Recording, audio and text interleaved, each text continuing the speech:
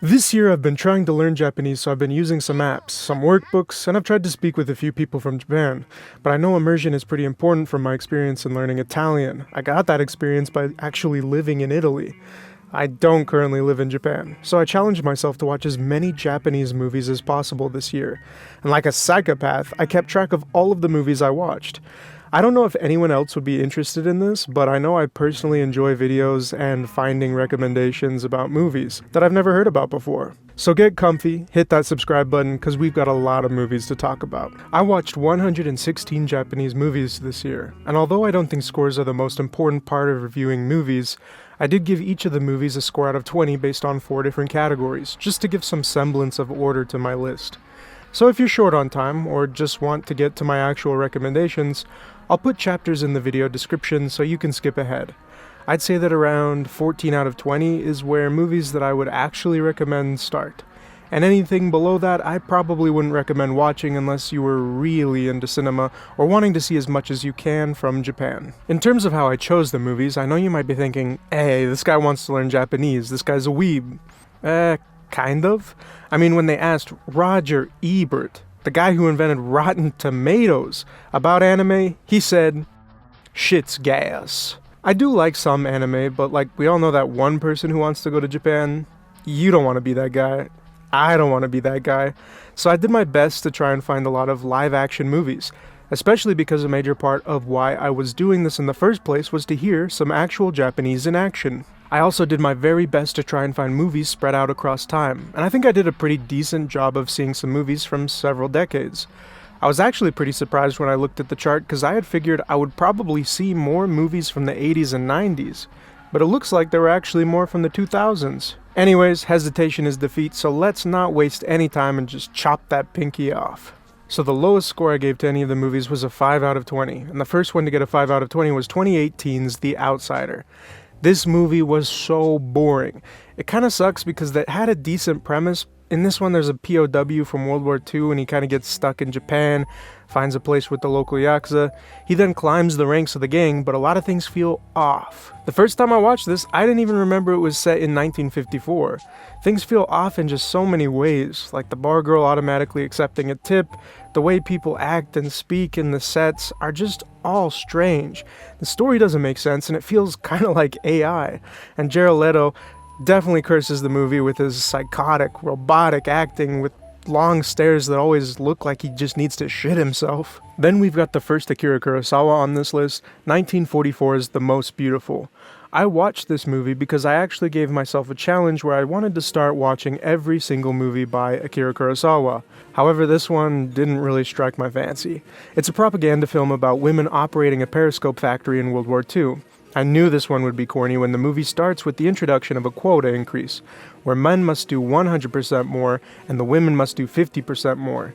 The women are all mad because they think it isn't enough and they want to work just as much as the men, but the leadership doesn't think that they can, so they settle for a 66% increase and everyone is elated.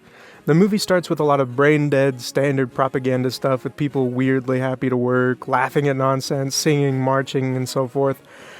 But then I wonder if the artist got a bit in the way of the propaganda. There's a lot of issues about being overworked, and there's a lot of infighting and mental breakdowns that need to be addressed. Eventually they let them play volleyball, and it was surprising to see, but still, it was for the sake of progress and to be more productive. And I guess it's not the first time we've seen volleyball being used in a kind of propagandistic film. At a certain point I began to wonder if it was even a decent propaganda film because the movie just ends with a woman struggling to calibrate a periscope because she was crying too much, because she missed being able to see her mother before her death, because she was working all the time. It's an interesting artifact, but kind of an aimless snooze fest of a movie. And now we'll move on to movies that I gave an 8 out of 20. The first one is My Home Hero from 2024.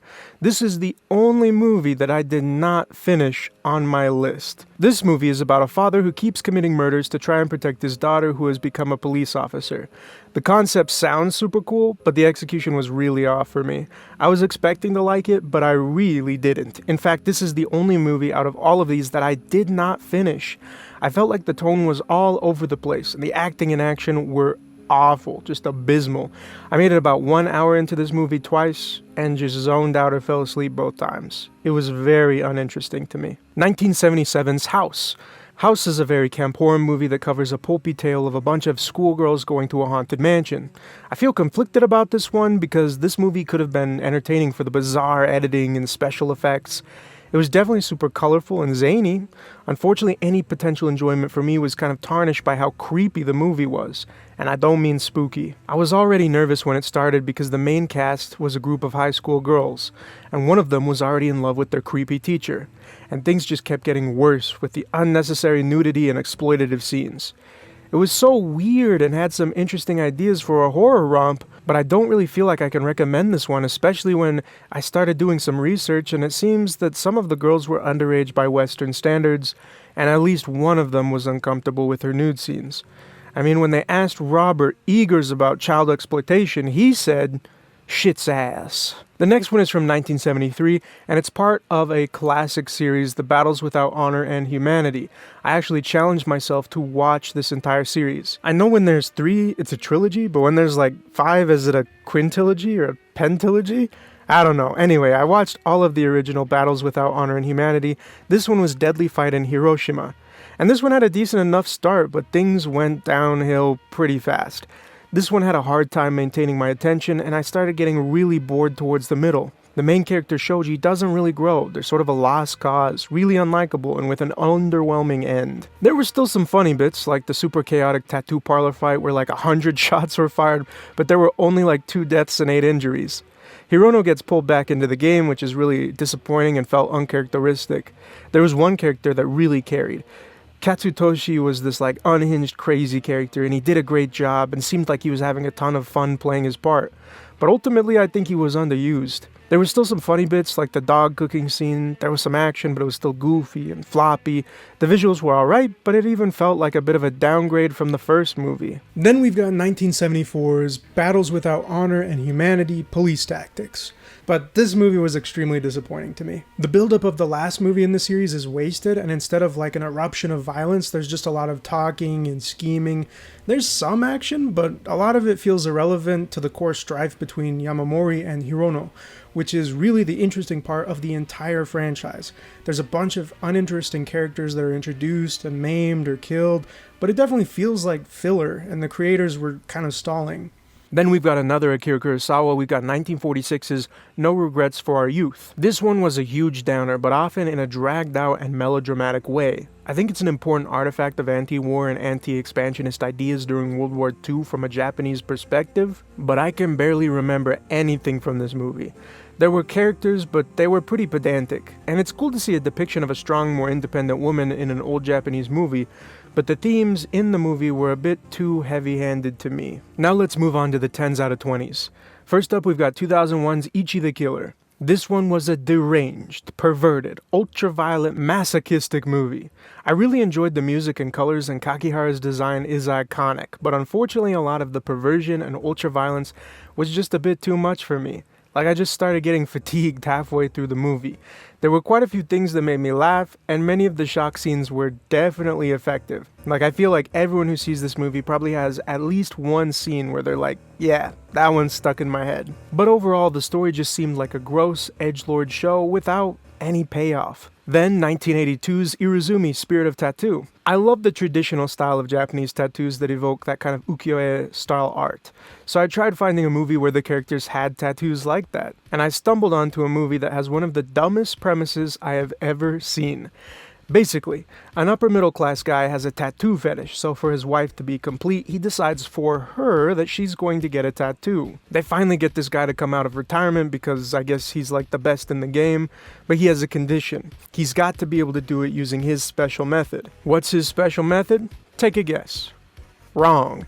His method is that you've got to be getting smashed while he tattoos you. So his son or apprentice or whatever, being a selfish empath, decides to volunteer his tribute. So yeah, the husband is getting cucked as he sends his wife to get freaked by this psychopath. There's honestly a lot of shitty stuff around consent in this one, like in the artist's origin story he talks about how his first tattoo was done on a woman without consent. And well, Knowing his process, I doubt that's the only thing that was done without consent. It sucks because there's some decent lighting and acting, but it's all so unbelievably stupid. I will say though, the woman made me laugh a lot. Like when she was super confident about getting the tattoo, and then like a little while after it starts, she starts freaking out, just it hurts. Or when she's done with the tattoo, she runs into the sea and is like, it burns. Me too, girl. Next up, 1974's Himiko. Himiko covers the myth of a goddess who creates Japan. The story was convoluted and clunky, very uncomfortable, and boring most of the time. It's sort of crazy that a movie with so much sex and violence and lore could still be so uninteresting. The twist at the end merits a bit of a mild scoff, but not enough to make it worth watching. It feels very culty, like a cult, but in like a bad way, sort of performance artistry. Characters were not fun, relatable, likable, really anything, barely even distinguishable at times. There was some action, but often it was clunky and uncomfortable, just like the rest of the movie. There were some interesting aesthetics, but so much made me feel like it was just thrown together by a creepy cult as like a tax write-off or an excuse to get actresses to come on set. The part where she gets boned by the sun, though, is a little bit funny. And then we've got the OG 1973 Battles Without Honor and Humanity. This one has got an iconic bomb intro, with an often referenced prison pack scene. Sometimes I wonder if it's one of the first to do it in this style. Characters are rapid fire introduced and underdeveloped, so it becomes kinda tough to connect with or distinguish them. The most memorable character is probably the pathetic, manipulative little rat boss and his wife.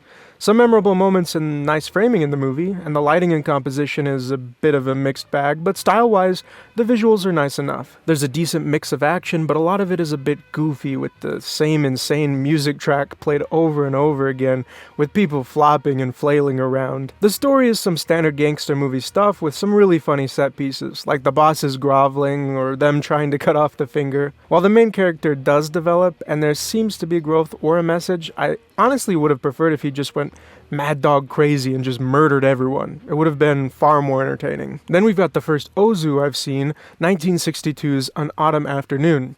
This movie follows an older man who still lives with his kids and starts to realize that he may need to push them away so that they can get married and live their own lives. He starts to realize this, especially for his daughter. This one was a bit of a tough watch. It had strong women, can't live with them, can't live without them vibes. It is shot pretty well, but it meanders in a way that is suffocating. I'm not sure if it's supposed to feel hopeful or feel like it has a effective moral, but at the end of the movie, all I feel is despair, which kind of, I feel like, undervalues and undermines the theme that it's trying to convey. Then we've got a couple more Kurosawas. We've got The Idiot from 1951. This movie is about a man who returns from war with PTSD that makes him much more timid. A bit of a pushover, and is returned to a town and is interested in a woman that is made more complicated by the fact that there's an inheritance attached to her. A large inheritance. It started off mildly interesting, but unfortunately dragged a ton and added a lot of gravitas to things that I have a hard time taking seriously anymore, like the possession aspect of marriage. I guess it's based on a Dostoevsky story, but it feels like it was made by Jane Austen, if she had like the optimism of Sylvia Plath. There are some interesting moments like throwing the dowry into the fire to prove the weakness in the one man.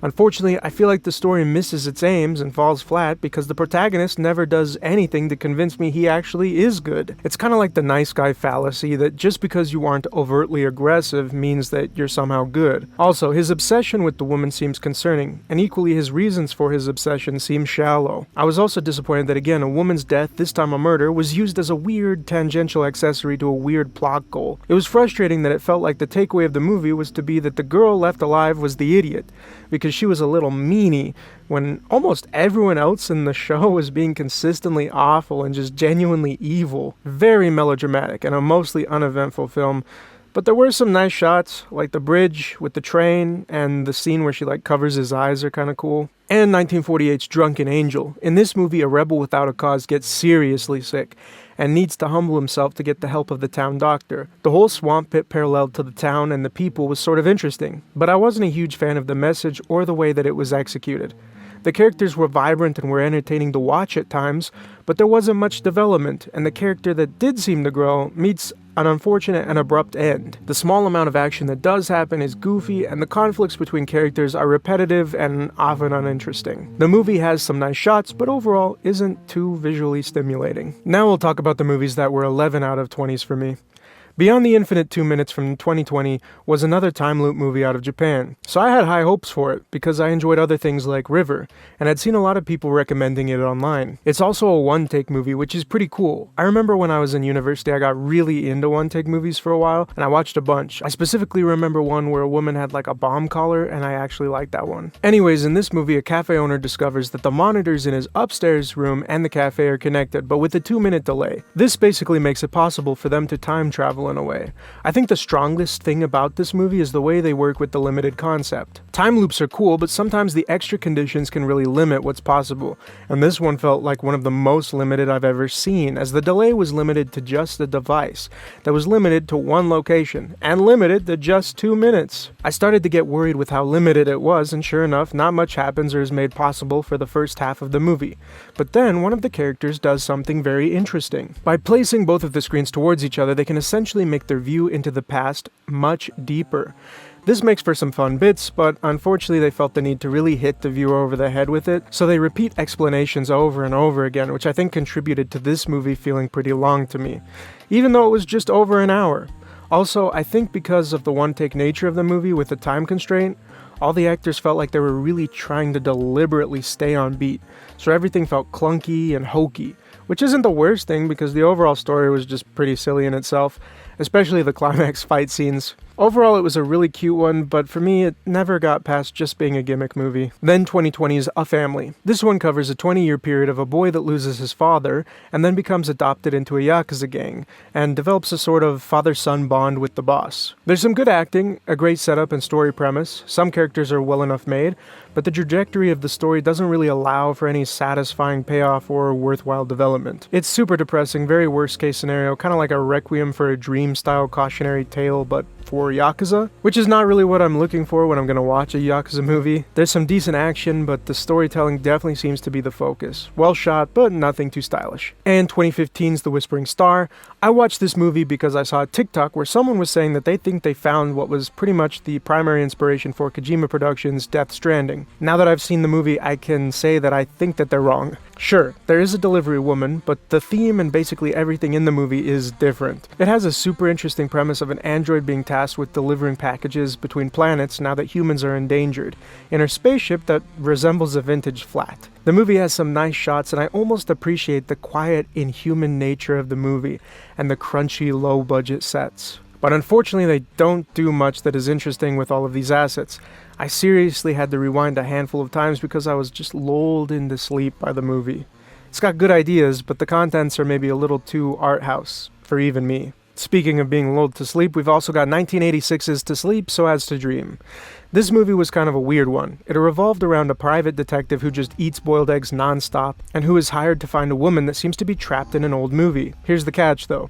The movie is, for the most part, a silent movie. Most of the dialogue is expressed through text screens, so it had me curious about how many other movies have done something similar to this. I know about the French movie The Artist from 2011, which I do feel like was much more effective in its meta approach. But still, I've got to give this one some props for doing this all the way back in the 80s. This movie wasn't that long, but it feels like a slog and just a bit too empty for much of the runtime.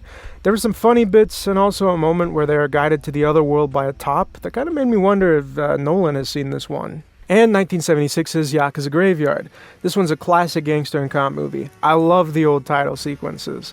This one was a pretty pulpy story about a violent beat cop that eventually becomes very sympathetic to the Yakuza, until he is devoured completely by the rampant, omnipresent corruption. The story is pretty standard stuff, it's serviceable, but the story loses steam in the final act, and I feel like it overstayed its welcome just a bit. Many of the characters were distinct and were developed enough to be obvious staples of gangster movie archetypes, but no performance was super memorable. There was a good balance of action that was shot decently, but it was unfortunately mostly goofy choreography with lots of flopping and flailing, with ridiculous sound design. The movie was never very stunning, other than the title sequences, and had a few scenes where it looked like they struggled a little bit with the lighting, but it had a decent aesthetic overall, I guess. Then, with another installment in the Battles Without Honor and Humanity, we've got the final episode from 1974. This one had just more of the same from the series in a sort of way. Seems like the same cycles, not that memorable. There was one moment that felt like it had weight, where two characters were about to make a pact and they were going to make a deal, but it didn't really amount to anything. Nothing really amounted to anything, honestly, which was super disappointing. I would love to have a crazy explosive version of this series with the same characters, because there were some charismatic characters, but none of them felt really important. Yamamori just sort of fades into the background. The action was underwhelming, and I was definitely losing interest as I saw the series was just going to fizzle out. The movie ends with Hirono doing what I thought he was going to do at the end of the first movie.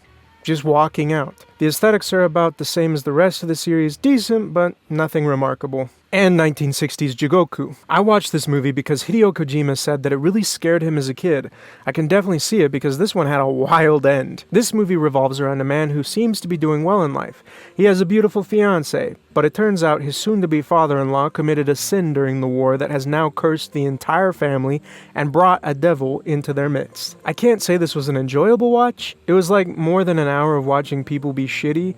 It moved pretty slow, and I felt like a lot of the concept was broken by some of the sins being contrived. Like when the devil did the hit and run, and then he tried to make the protagonist feel guilty, it just didn't make sense to me. He's like, oh, don't you feel bad that I ran that person over? There were other things in the movie where they did seem like they were doing something wrong, like killing the woman, the tainted fish, but a lot of the other scenes seemed like they were actually the devil's fault. I felt like that really weakened the story, and part of that is what made me less interested in the ending too. Some of the torture scenes in Hell had some surprising gore effects for 1960, but some of them were still silly. It is interesting to see another interpretation of Hell, but really there wasn't that much to the story that I cared for. I will say though, there's one moment where a woman finally corners a guy she wants to kill, but her heel gets stuck in a bridge and she just falls off and dies.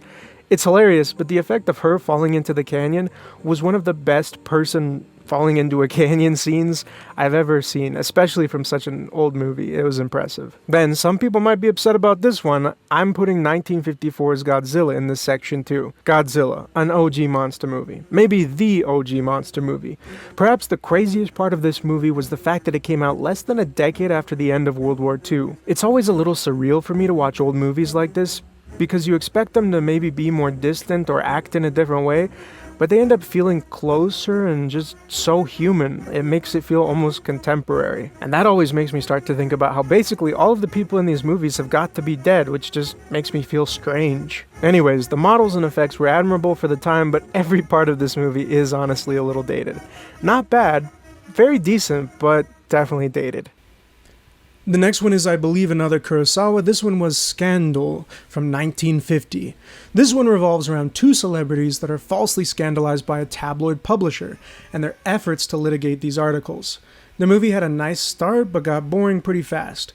Unfortunately, it wasn't super interesting to me, and the stakes didn't seem high enough, and there weren't enough twists or revelations to merit the runtime. It bothered me how obsessed the artist became with the daughter also, and also I didn't like the way the daughter's death was just framed as a decorative element to the trial. The actor was interesting as a character, and the lawyer did do a good job of being a spineless weakling, and I felt the singer and daughter weren't developed enough, and the lawyer didn't even really feel like he grew. He might have just gone back on the check because he doesn't have the daughter as motivation anymore. The movie had some good framing and shots a la Kurosawa, but wasn't too visually stimulating. It's interesting as an effect of commentary on the Americanization or Westernization of Japan, but overall those characters and story that I was talking about were, again, kind of unresolved and not the best in my opinion.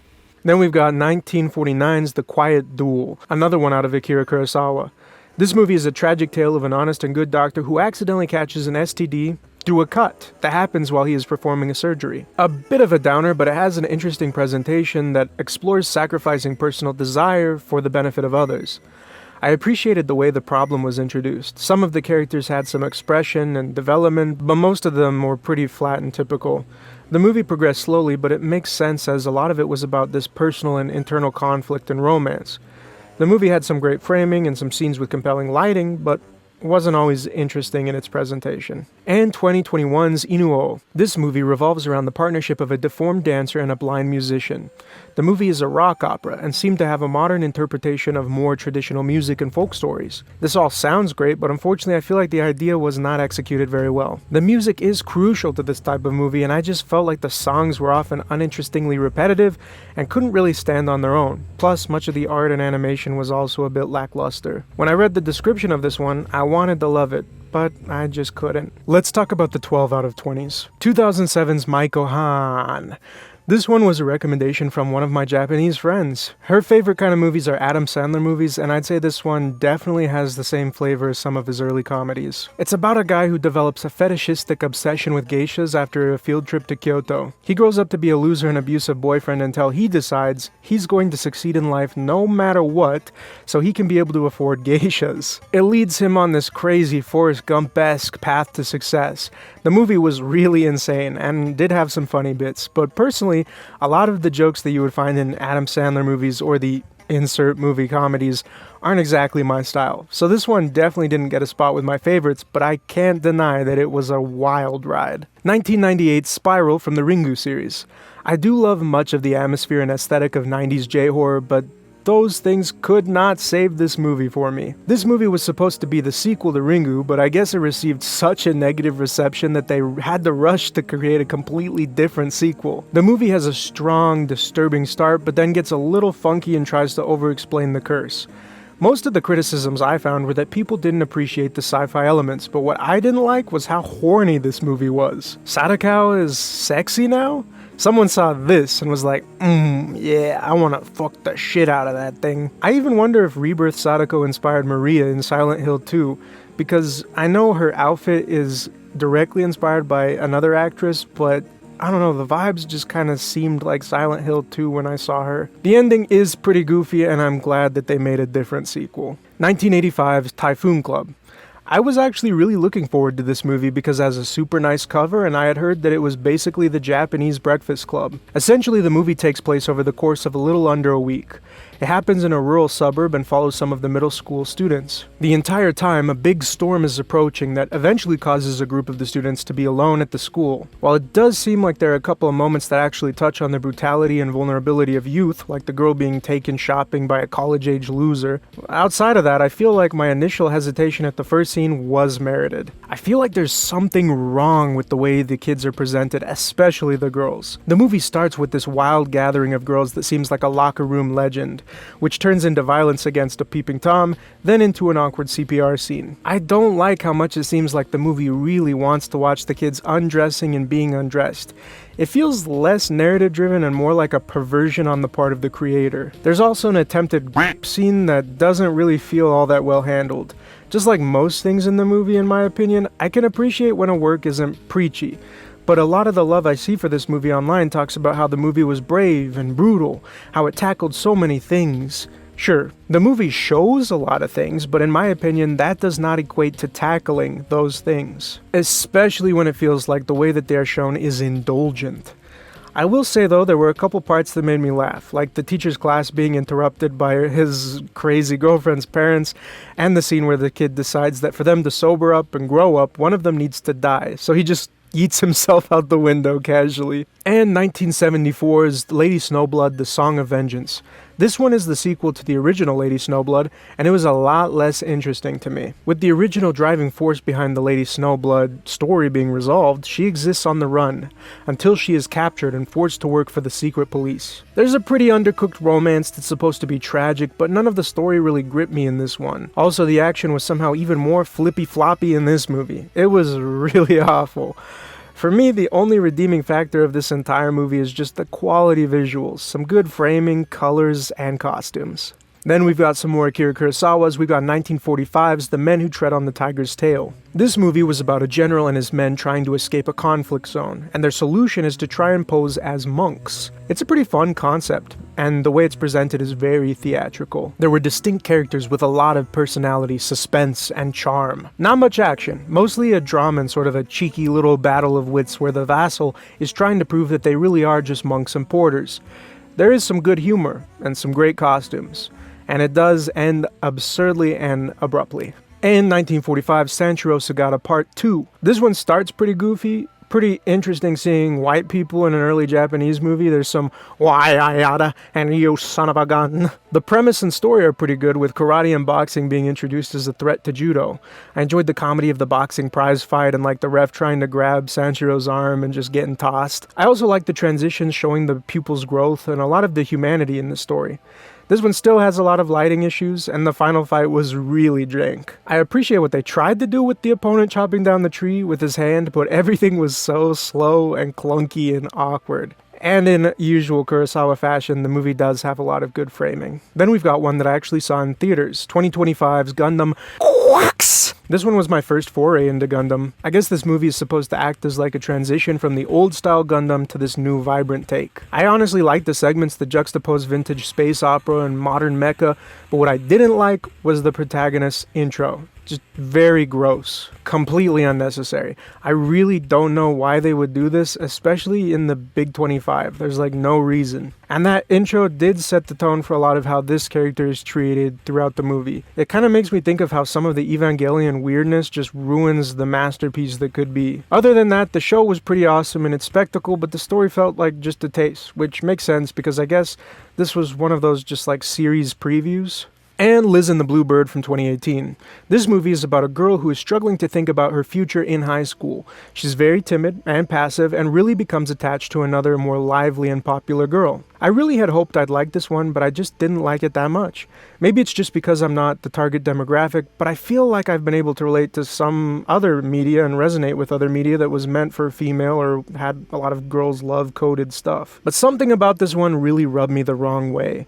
It was extremely melodramatic, super mopey with what felt like really low stakes. I'm glad there was some character development because I felt like the protagonist was unbearable at times.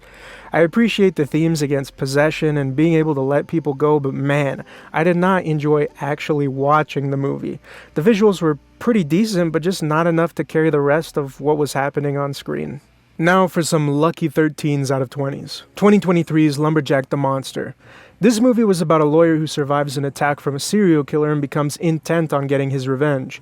Eventually, we find out that there is some connection to the victims, with them having had experimental chips implanted in their brains. The movie starts with this fact and hits a theme that I've seen in a few different iterations of Asian media, where they have like a horror spin-off on a child's fairy tale. I'm not really a fan of this trope, and so while the movie had some good aspects, I wasn't really a huge fan and I didn't feel like the movie was that impressive. The action was pretty good, which made sense after seeing it was a Takeshi Miike movie, but it tried to get emotional at the end and I was not invested at that point. Then we've got Proxy War from the 1973 series Battle Without Honors and Humanity. This one had a more coherent story arc that better described character motivations and made some use of the odd decisions in the previous films in the series. The story also had somewhat of a payoff that built towards a massive rage from Hirono, which makes a perfect cliffhanger. The action is still sometimes funky, but the balance of action is more welcome now that it effectively moves the story forward. I was genuinely excited for the next movie in the series because I was hoping to see Hirono unleashed. Little did I know at that point that I would be very disappointed. The aesthetics were pretty serviceable without any big problems. And back to some Akira Kurosawa's 1950s Rashomon. This one was sort of a crime movie about a samurai who is murdered and his wife who is assaulted in the woods. But the story is told in testimonies, slowly unraveling and muddying the truth. The audio seemed messed up. Maybe it was just the streaming service I was using, but it seemed like seriously broken or something. The story was pretty compelling, but it felt like the ending was trying to be hopeful and didn't quite pull it off for me. It just felt weak in the end. The characters were pretty distinct, if not a little cartoonish, but it sort of played into a fun folklore vibe. The action and pacing was pretty good, but still a little floppy and goofy. Some great shots and effects in this one. And we've got Akira Kurosawa's directorial debut, 1943's Sanshiro Sagata. This movie follows the story of a man who abandons his jujutsu training and pursues judo through a mentor. It's got a surprisingly interesting story about competing judo and jujutsu schools with an action-packed start. I enjoyed the path of the story even though there were some goofy moments. But still, it's really impressive for the time. I enjoyed some of the storytelling elements, like how the passage of time is shown through a discarded shoe and how the weather affects it on the street, or how a lesson is reiterated by a stake in the pond. The main characters are distinguished enough, although at times a bit cartoonish. I love some of the details, like how the protagonist's gi is really worn down at the exhibition. The action is pretty good and shows some legit judo throws and grabs. There's some goofy standoffs, screams, and launches though. Like there's a scene where he tosses a guy across the room and through a wall to just ice him like he's dead. And then when he dies, there's this lady who has this delayed scream, and I just started laughing even when I'm pretty sure I wasn't supposed to. I think it was a serious moment. The aesthetics are a mixed bag. There's some nice shots and some great places like the pond and field for the final fight, but I think that they had some problems because of tech or skill issues where the lighting was just off. It looked like they were trying to shoot under natural light and were trying to get some dramatic times. Maybe it's just because the film wasn't well maintained, but there were a bunch of scenes that were all messed up because of this. They were like washed out or over or underexposed. And we've got our first Shinkai on the list, 2013's The Garden of Words. In this movie, a lonely and lost teenager starts to skip school and chill at a nice garden in the city. There, he meets an older woman and becomes intrigued by her and her feet. This is a Shinkai, so you know the visuals are very nice, but I don't feel like the subject was as interesting as most of his other movies. So outside of the weather effects, their artistry wasn't able to act in full capacity. Oh yeah, that comment about the feet? The boy wants to be a shoe designer and gets real interested in the woman's dogs. She encourages him and he decides he's going to design a pair of shoes for her. I think with all the feet shots, Tarantino and Kojima probably would really love this one. Oh, and did I mention the woman is 15 years older than the boy? In fact, she's a teacher at his school. I guess she's real sad because she just went through a breakup after being bullied by jealous female students.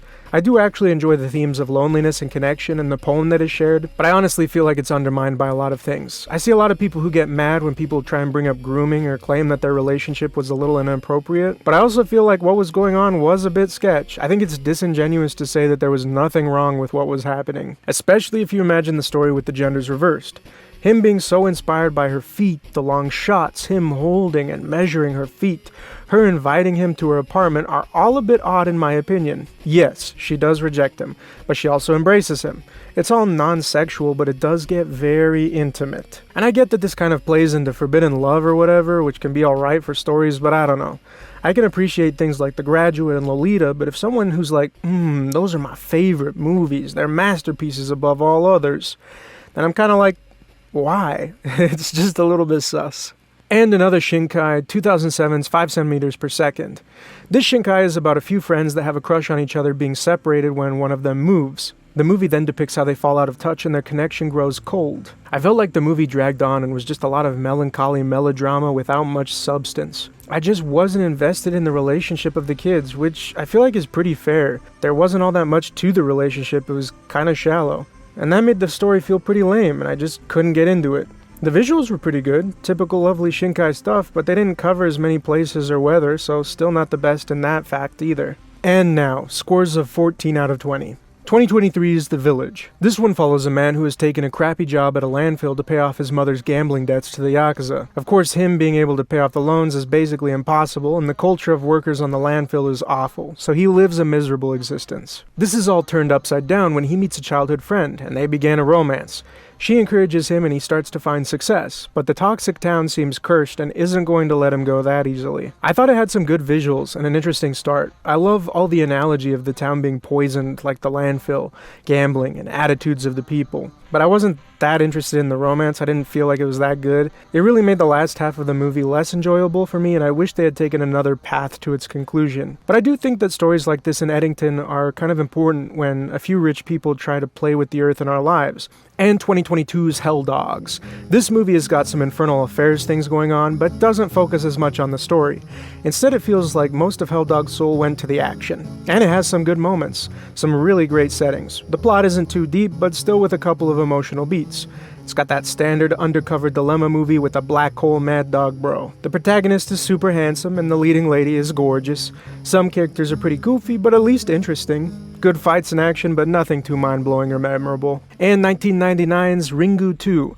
This movie is actually the second sequel to Ringu, because I guess everyone hated Spiral so much that they rushed to make another sequel, which, honestly, I kinda respect. I do like this one more than Spiral, I think, but still you can feel that it was a bit rushed. At times the story gets a little sloppy, but there's still some good moments. I really hate how this one and Spiral both choose to kill certain main characters, because I feel like it really invalidates a lot of the first movie, which honestly is the better movie. And we've got 1998's Tomie. The movie starts with a girl who is getting hypnotherapy because she has amnesia from a traumatic event. The movie introduces some characters and then we get a massive info dump from a conversation between the detective and her doctor. which was, in my opinion, not the best way to get all of this information across. I would have rather had a show instead of tell. It seems the girl forgot a violent series of murders that was supposedly caused by a seductive girl named Tomie. Overall, the movie has some standard horror stuff. The actress for Tomie does a really good job of seeming unhinged and seductively evil. I love the detail of her hair being staticky or unbrushed,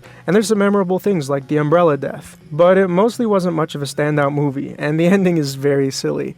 It gets a little gay, which is cool, you know. Tomie can maybe seduce girls too, which adds to the dynamic. But then she gets lit on fire by a flare, which causes her to explode for some reason. I don't know. It's dumb, but sort of fun. 1990's Boiling Point. On the surface, it seems like a standard Yakuza movie, but there's a twist that is fun enough that I don't really want to spoil this movie for you, even though it's already like 35 years old at this point. The movie has some chaotic violence and enjoyable visuals. The movie starts pretty normal, but devolves into an insane surrealist pastiche of pop action. There's one moment in this movie, the karaoke bar scene, that had me laughing harder than maybe any other movie I watched this year. It does sag a little in the middle and can feel frustrating at times, but I'd say it's a great projection of the shitty daydream of someone who loves Taxi Driver or The Joker, maybe a bit too much. And we've got another Kitano for 1989, Violent Cop. This movie is the debut of Takeshi Kitano as an actor and director when the original director of the movie bailed out. I really enjoy him as an actor, and for his first time, he does a good job with this movie. There's some great comedy and explosive action, and clever suspense like in the locker room gun scene. Speaking of which, they do a great job with lighting and composition in the entire movie. The story is very depressing, and maybe gets a little ridiculous towards the end, especially in those last gunfights. It definitely has a lot of what seems to be Kitano's cynical, self-destructive melodrama that repeats in a lot of his other works. Then, 1981's Yokohama BJ Blues. This movie follows a private detective who sings the blues at night at a club. The music is honestly pretty nice. Eventually, he's approached by a woman to find her son. He finds him working with a super gay gangster. In fact, this entire movie is pretty queer. And as the movie progresses, I think it becomes more and more clear that our protagonist might not be into dames himself. The movie has some deadpan jokes, like the toilet paper sabotage was pretty funny, but eventually the detective gets pulled into a conspiracy between the police and gangsters after his cop friend or maybe lover is murdered. The detective is framed for this, but during his interrogation he learns of some info that allows him to follow the trail. The movie has a tragic end, and at times is a little bit goofy and muddled for my taste, but I'd still say it feels pretty unique from a lot of the other Japanese movies I've watched, and is interesting as an early piece of gay noir. 1975's Cops vs. Thugs. This is a classic Yakuza film that circles around a Yakuza and a cop that have a history together and how they are both sympathetic to each other because of their collaboration during the war. In fact, the cop often remarks that people should appreciate the Yakuza because a lot of them were able to survive because of black market rice provided during the war from the Yakuza. Unfortunately, the Yakuza catch too much heat in a turf war, which gets the attention of outside forces from the police, who decide to crack down on organized crime. But at the same time, there are multiple groups vying for control of a plot of land in order to build an oil refinery. Well, in the end, the politicians come out on top, and the cop is pressured into betraying his friend, which doesn't end well for the cop either. The action was really floppy and goofy, and the story, while having a cool theme, was not really enjoyable at all to experience. 1965's Abashiri Prison. It's a pretty compelling prison story with a satisfying conflict and resolution. The characters are often interesting and contrast well with each other. Even though the protagonist made some dumb decisions, the movie does a good job of getting you to root for them. The action serves the plot and is not nearly as goofy as some of the stuff from the same time period. The aesthetics serve the story well enough, and there are some impressive shots and some scenes with nice composition. And now, on to the 15 out of 20s. 2025's Demon City. This movie is about a god-tier assassin who finishes one last job so he can try and live with his family. But he is betrayed and is forced to watch his wife and daughter be murdered. The first scene of the movie is a little clunky, but then the movie gets a lot better afterwards, and the murder of the movie is effectively haunting and brutal. It sets up a great revenge story. He is shot in the head and believed to be paralyzed, but begins to rehabilitate, driven solely by his rage. And throughout his revenge, he discovers a disgusting conspiracy about the city. I think this is the first movie I've ever seen, though, where the soundtrack absolutely ruins the movie. Like, seriously.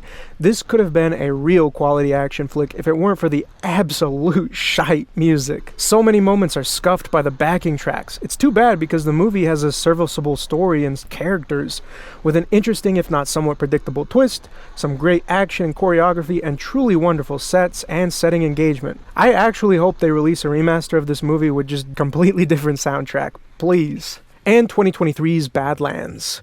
This movie has my celebrity crush working as a gangster with their hub at this cool bar, Badlands. The woman is working on building a life for herself when she is reunited with her long-lost brother. The brother's reappearance leads to a violent decision that catapults them into a very dangerous situation. I enjoyed this one well enough. I just wish the start of the disaster was more well thought out. I was surprised about the mistake the woman made. I mean, she's supposed to be this salty, seasoned gangster, but she's like, oh my god, leaving my piece of shit addict brother alone in the gambling hall was a mistake? Who would have known? The action is a little meh, which is too bad. I think there were some hiccups in choreography, and there's one really dumb moment. I really liked the twist at the end though, and how it connected to something else happening throughout the movie, but I won't spoil that for you. Then 2017's Oh Lucy. Whew, this was a heavy one. It kinda sucks because I wish they explored more comedy because I feel like they really did craft some funny moments and had some good insight into the problems and benefits of both American and Japanese culture. Basically in the movie there's a depressed and lonely salary worker who is tricked into buying out her niece's English classes, and then she gets a crush on that English teacher. The English teacher disappears with her niece, and so the protagonist decides to follow him to LA. I really felt like this movie had so much potential, but then things get real messy. I mean, there are 3 on-screen attempts at offing oneself in the movie, with one of them being successful, and that one was maybe the least disturbing or effective of the 3. I really wish the end took a different angle, especially because I feel like the movie tried to be hopeful in the end, but still, most of what I felt was just despair. And 2013's Spec Zero. This movie acts as a prequel to the Spec series, a series with a small team of detectives that tackle supernatural crimes. They're kind of the black sheep of the police, so they're put in a basement with an elevator that gets progressively more busted. In this basement is a pair of detectives, a very intense ex-SWAT guy who was framed, and the quirky female protagonist who has like psychic powers fueled by gyoza. I love how insane the show is. Like, in this one, she has an American friend who has electric powers and is obsessed with eating hot dogs. So when the villain kills her, he wraps her in a brown futon and pours mustard all over her so that she resembles a hot dog. The show is just consistently unhinged, but manages to have some good visuals and emotional moments sometimes. I really wish more people got into Spec. Like, I really recommend watching the series before you watch the movies, but please, just watch it. It's on Netflix right now if you're in the US. I really want more people to know about this. And we've got 2009's Air Doll. Have you ever wondered what would happen if a blow-up doll came to life? That's exactly what happens in Air Doll. This movie had an extremely strong start. It was haunting and really manipulates the viewer's gaze. There's some well-done comedy and profound moments, though I really wish they'd done a little bit more with her experiencing movies at the video store. I felt like that had a lot of potential. I do have to hand it to the movie, it avoided my greatest fear with the character.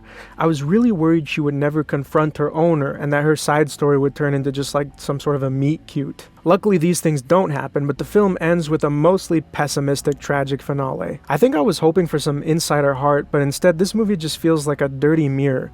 Maybe the purpose of this one is not to encourage or inspire, but just to offer sympathy? I think if I could have made it, I would have gone for more of a Balzac and the Little Seamstress ending. But what bothered me the most about this movie was that after all of the clever practical effects and Texas swaps that they do, they end with those awful looking CGI dandelions. It sucks. And we've got 2000's Ring Zero Birthday or Tanjobi. This movie tackles the origin of Sadako and how she wound up in the well. It's a pretty decent horror movie and a pretty good prequel. There are some really nicely dark moments like the finale of the movie, which is my favorite part, when she goes on just an absolute massacre. I do think that there are some things that, I don't know, might not fit in with the previous movies or don't quite make the timeline make sense, but whatever. The main beats are there. And 1995's Love Letter. In this movie, a woman is understandably devastated after her fiancé dies climbing a mountain. She's grieving and decides she'll send a letter to the address of his childhood home. And she's shocked when she actually gets a response back. The movie has a really good premise, and I feel like it would make an amazing foundation for girls' love or like a romantic meet cute. The movie instead cuts the ruse and seems to want to say something about life, death, love, and so forth. I don't feel like any focus position is made, and so I don't feel like the story is as strong as it could have been, but maybe it's better this way. The characters are pretty good and distinct with some very human moments and nice comedy. I wasn't a fan of the friend who was left behind sort of forcing a relationship, and the girl is like trying to process her grief still, and he's like, come on, get over him, like just go out with me. Felt a little gross there. I wasn't rooting for him. The movie has some well-crafted scenes that are emotionally moving, and the filming is mostly simple, but has some good lighting and framing that elevates it a bit further than what you might typically see on TV or a straight-to-DVD production. And his motorbike, Her Island from 1986. This movie is about a guy who really loves his motorbike. He has a breakup, goes on a sad road trip, meets a pretty girl on an island, has a macho duel with his ex's brother, like for real.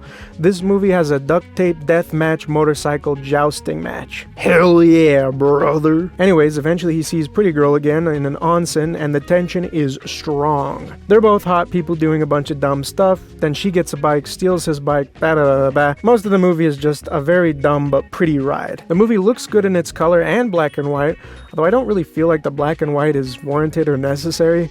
But I will say the ambiguous ending that could either be joyous or extremely haunting is pretty cool.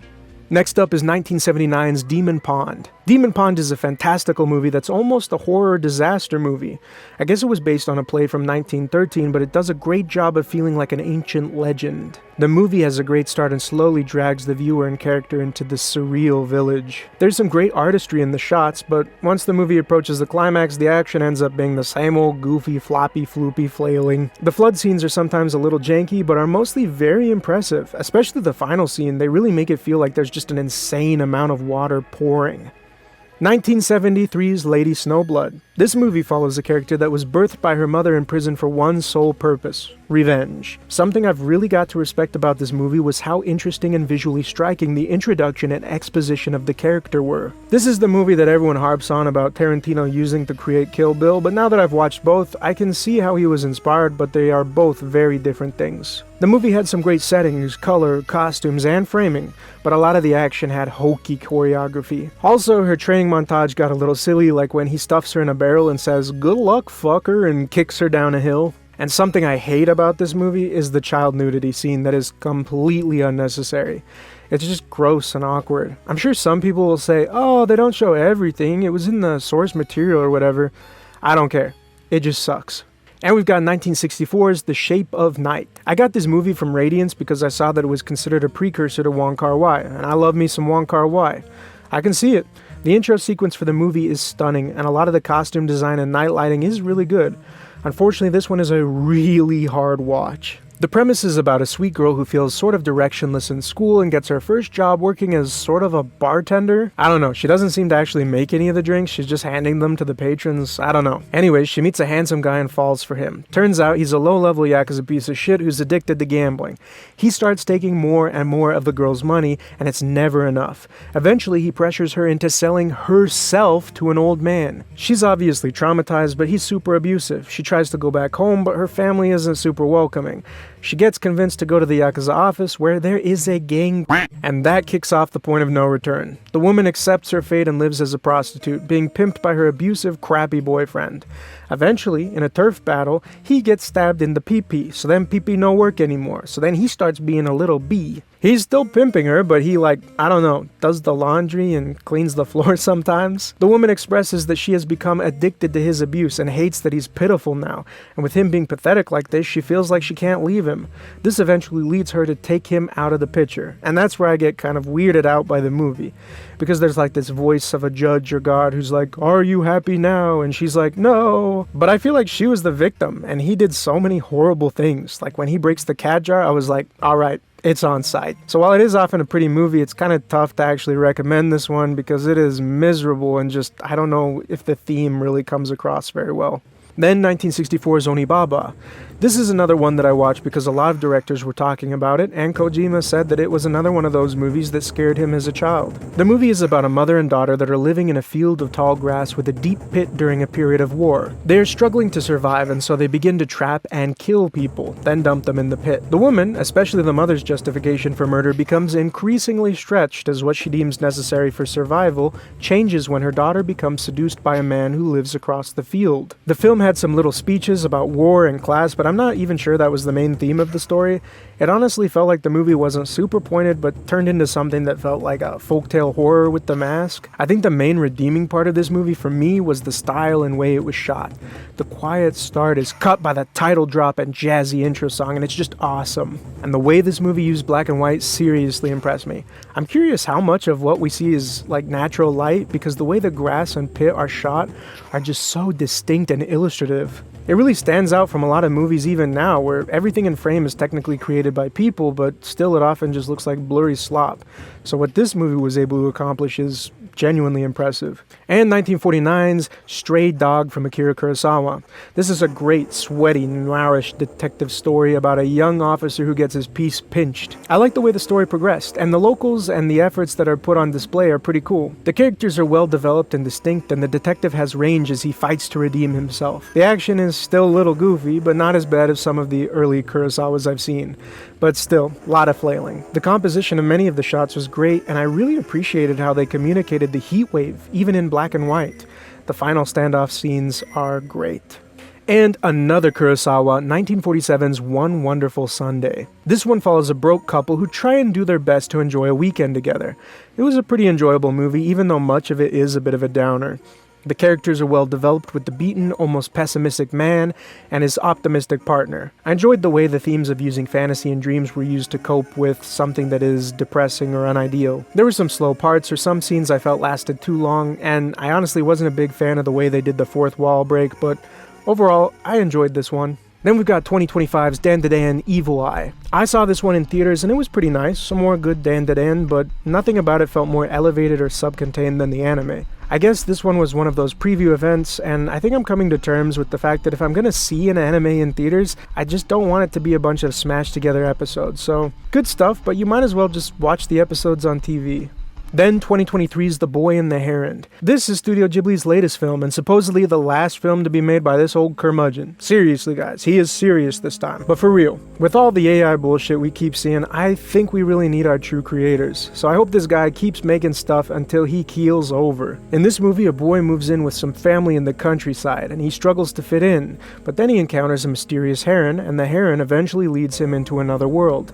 You've got multiple dimensions, pyromancy, these cute little guys. The movie does feel very Ghibli, and seems maybe meta for his life in studio. It's an enjoyable watch with lovely art, but this one hasn't managed to become one of my favorite Ghiblis yet. I feel like this one was a little less focused and poignant, but maybe I just need to give it a rewatch, because I'd say it's definitely more complicated than some of his other movies. Next, 2022's Josie the Tiger and the Fish. In this one, an ambitious diver catches a girl when her wheelchair goes mach fuck down a hill. Her grandma is impressed by him and hires him to be the girl's caretaker, and the girl is pissed about this. She does not like him at all. Honestly, that's one thing I really appreciate about this movie. I feel like in a lot of media and some cultures, there's like this expectation that a disabled person should be really optimistic, benevolent, and grateful. But this movie gives the characters room to be depressed, angry little brats when they face disability, which is super valid, because honestly, it sounds really tough. There's a lot of corny, hallmarky stuff, but overall, this is a really sweet story with pretty good art. If you're in the mood for a romance, give this one a try. 2021's Jujutsu Kaisen 0. This movie is the prequel to the Jujutsu Kaisen series. Shouts out to Stephanie for putting me onto these. I really like the combination of occult, supernatural, and horror action in the series, and this movie has more of it. It introduces the character of Yuta, who is connected to a powerful curse. Their story is alright, but mostly I'm here for Gojo, and seeing some of his history with Kenjaku, and his early character development, because Gojo is really my favorite character in the series. So I really enjoyed this one, but some of it felt like filler, and some of the art wasn't as good as it really could have been. Next up, 2010's Trigun Badlands Rumble. In this movie, Vash and the gang wind up in another town on the trail of a thief with a massive bounty. It's definitely some side quest and filler. There's nothing that special or groundbreaking about this movie, but after binge watching the entire original series, I really wanted more Trigun, and this sort of helped that fix. So if you're a Trigun fan, I'd recommend it. Otherwise, I'd really recommend you watch the original series, cause it's worth it. Now we've got a couple movies from the Evangelion rebuild. Evangelion 1.0 You Are Not Alone from 2007. This movie kicks off sort of a reboot or reinterpretation of the original Evangelion series. In Evangelion, biblically accurate horrors invade the Earth and unleash Lovecraftian amounts of horror. What does humanity have to combat this threat?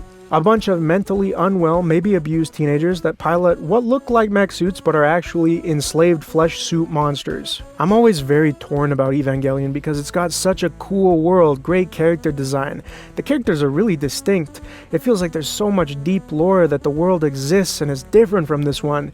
There's even some nice character interaction and some awesome set pieces, but I do always feel conflicted about Evangelion because of how the young characters are portrayed. It definitely feels like the characters are often sexualized in how they're presented and created in a way that isn't just for the story, but also instead fan service for the viewer, which in this case just sucks.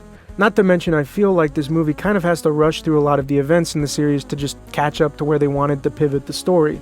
So the story feels a bit breezed over in this one. And its sequel, Evangelion 2.22 You Cannot Advance from 2009. This movie would be kind of hard to explain. I guess I'll say there's more flesh monster mechs, some great battles with biblically accurate angels. Shinji throws away the entire world and himself for a soulless husk of a clone because she was the first girl to not be outwardly repulsed by his goober ass. We're introduced to Mari, who has a great personality. She's 16 for some reason, but hey, could be worse.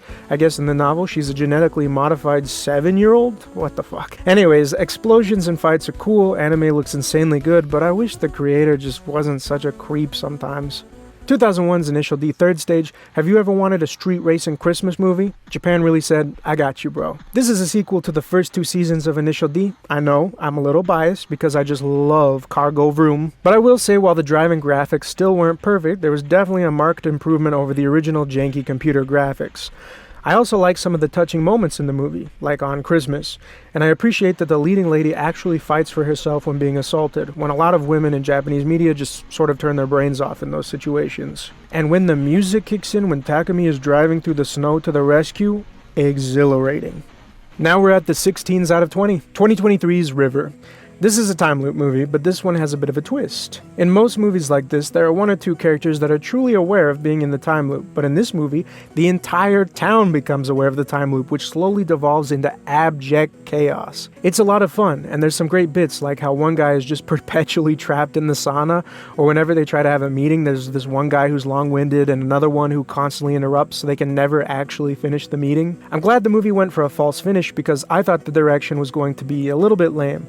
But more and more layers of the characters are unraveled with each loop, and we get to the end, which is pretty goofy but still cute. They do a good job of making longer cuts work, but it definitely has a soap opera aesthetic and doesn't look at all that impressive visually. And 2023's Perfect Days. I'm probably a little biased on this one because when I first watched this movie, I was working as a janitor who read a bunch, enjoyed listening to music, and spent a lot of time alone, which is exactly who we follow in this film. I would definitely say that this film is probably not for everyone, and a lot of people would probably find this movie extremely boring or confusing, but for me, it was deeply relatable, at times heartwarming, and in the end, devastating. Again, some of the things that really hit me were very specific to my experience at the time, like how people look at you or try to avoid you when you're cleaning, and the interactions he had with his crazy coworker. Even all of his tools in the cart brought back memories. It just hit hard home for me. I hear a lot of people say that the movie is about finding beauty in simplicity, or the benefit of living with a more go-with-the-flow sort of life. But that's not really how I felt. I don't really feel like the movie advocated any sort of life. Instead, it felt more like a portrait or poetry to me, a meditation on life, and how, just like the photographs, the image is made from the transient interplay between light and shadow. That just like the mask of comedy and tragedy at the end of the film, maybe Perfect Days doesn't reference the best days, but maybe just complete days. And we've got the movies from the Fable series. We've got 2019's The Fable. This movie is about a very talented hitman who ends up needing to lay low. In fact, his boss actually prohibits him from killing anybody for 1 whole year.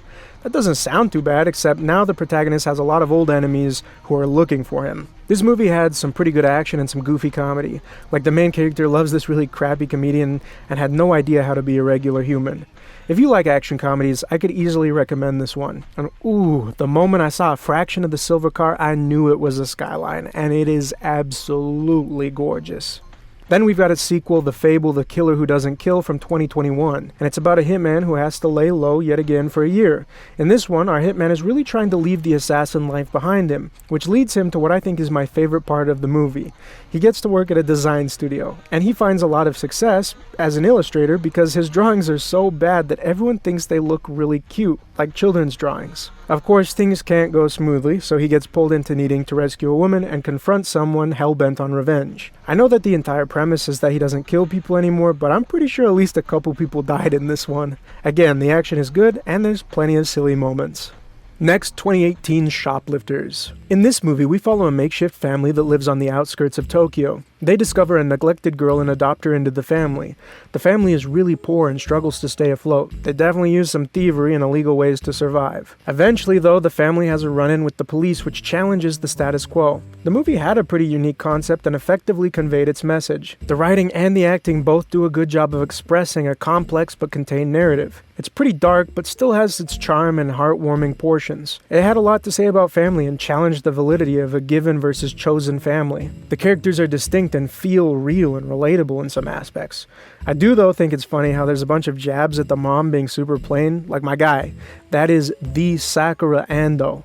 The movie progresses at a steady pace. It starts dismal, but there are some small glimmers of hope. But there's always this sense of impending doom until things absolutely fall apart. The movie was devastating, and I can't forgive them for leaving the daughter in that situation. The environments and use of light and spaces is effective in the movie, and it's easy to feel like they actually exist as real places that you could become familiar with. Next up, Kumiko the Treasure Hunter from 2014. This movie has such a great premise, being inspired by an urban legend about a Japanese lady that believed the movie Fargo was actually a true story, and that there truly was a suitcase filled with money hidden somewhere in Minnesota. The movie has a wonderfully shot opening and continues to have great lighting and color and angle. I love the costume design too, and like the embroidered maps are awesome. Unfortunately, the middle of the movie is a really hard, just painful watch, but after looking up the true story, all of the movie hurts even more. I'm not sure how I feel about the ending. I might be tempted to wish it was even darker to match reality, but maybe it's nice that there's almost a bit of a middle finger to reality. Also, I love that the rabbit gets its own credit at the end of the movie. Then 2012's Spec Life. Again, I love this series so much, and I really hope more people watch it so we can get more released in the US. In this one, our detective gang is roped into chasing a mysterious assassin who wields a submachine gun and is disguised by a literal scribble on their face. The assassin can teleport by striking a pose and yelping. I love how all the supernatural powers have some sort of a weird requirement, like eating lemons and chanting, or singing a little jingle and doing an idle hand dance. The investigation climaxes in a final battle that references a lot of things from the series. I'd really recommend watching the series first. Right now it's on Netflix in the US. Like, really. If you love the zany stories from something like Metal Gear, you've got to try Spec. Then we've got another Shinkai. We've got 2011's Children Who Chase Lost Voices. I watched this one as I was making my way through all of the Shinkais and was really surprised by it. The world really embraced fantasy over some of the more urban places that I usually see in his works. And of course it was beautiful because it was Makoto Shinkai, though this one is more deeply embracing dark themes, like a lot of his early works do. In fact, I can't really remember the romance being that central to the protagonist in this one. There's a little infatuation, but the central theme really seems to revolve around death and coping with it. Along with that, the stakes really did seem high without too much sweetness or melodrama. I really can't commend the world in this one enough. I feel like so many artists and games try to go toe-to-toe with Ghibli's world building and just fall flat on their faces. But this one, I feel like it's on par with those movies, and some of the creatures and environments are some of my favorites I've ever seen in an anime. Then we've got 2008's Tokyo Sonata. When I first watched this movie, I had no idea it was made by Kiyoshi Kurosawa. It makes a lot more sense, especially when learning about his past and the fact that he studied sociology. This movie is a black comedy that focuses on a family and the effect of the father losing his bland, crappy office job. There are so many incisive and relatable things in this movie. The movie has this bizarre balance of comedy and tragedy. The family disintegrates as the roles that they force themselves to play become increasingly obsolete. Eventually, I feel like they are actually able to live and connect in a more sincere way once they allow themselves to not depend on those roles at all.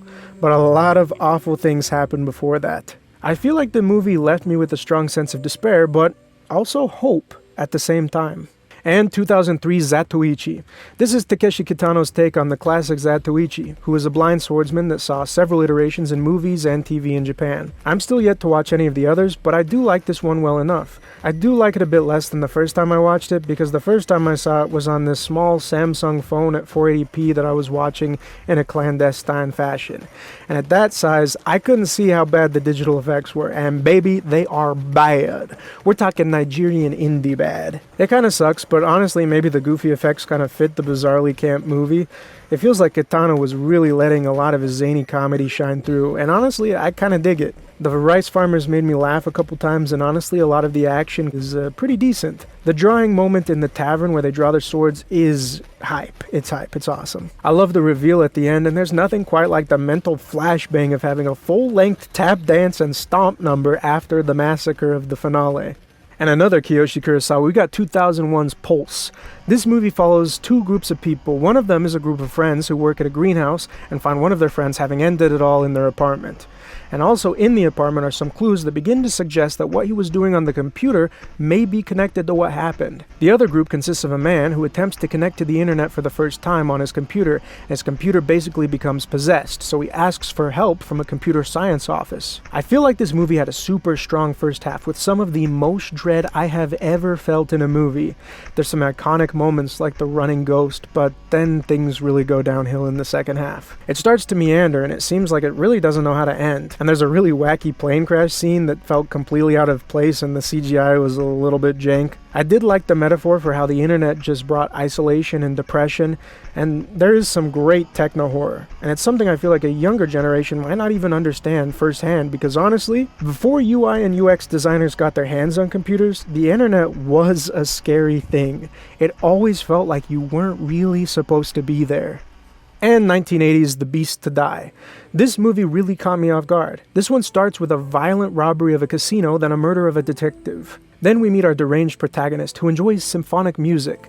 This movie's villain and protagonist is someone I feel is on par with Nolan's Joker and Anton Chigurh, where whenever they're on screen, you're sort of squirming in your seat, wondering what they might do next. It turns out that the main character has slowly lost his connection with humanity, or maybe I should say the positive aspects of humanity, after experiencing too many of the negative aspects of humanity as a war photographer. The man becomes more and more addicted to violence and decides he will commit a bank heist. He recruits another individual for this purpose who is hot-headed and resentful. The movie has a lot of violence, including a lot of violence against non-combatant individuals, and one prolonged scene. The protagonist goes on these biblical Shakespearean tirades, and there are some very disturbing theatrical moments.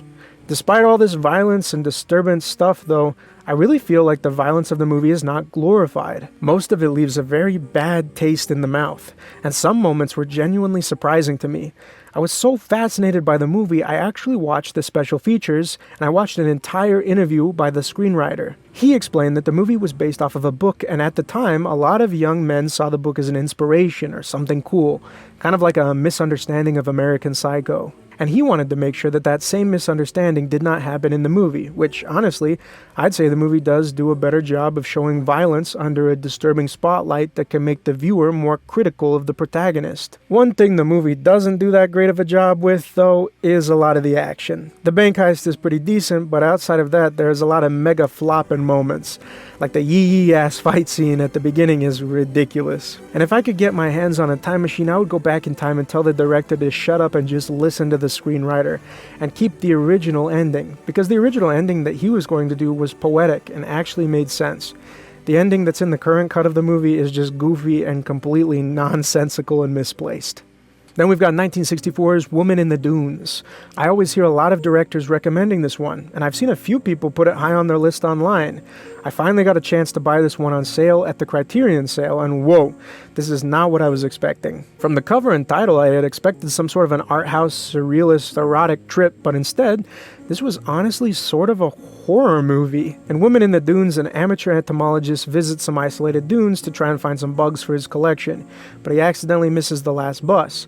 The locals take him to a lone woman's cabin deep in a sand pit. He thinks it's an act of kindness, but there is a much darker truth at play. This movie had some messed up things, but it really is sort of a cursed story. I love how much subtext and things that aren't directly addressed are in the movie. I was also very impressed with the special effects and acting for a movie from the 60s. This is one of those movies that blow my mind with what's possible in black and white. The feelings of sand and heat are so well communicated. I don't want to spoil too much about the movie, so I won't say much more, but I really think that this one is worth a watch.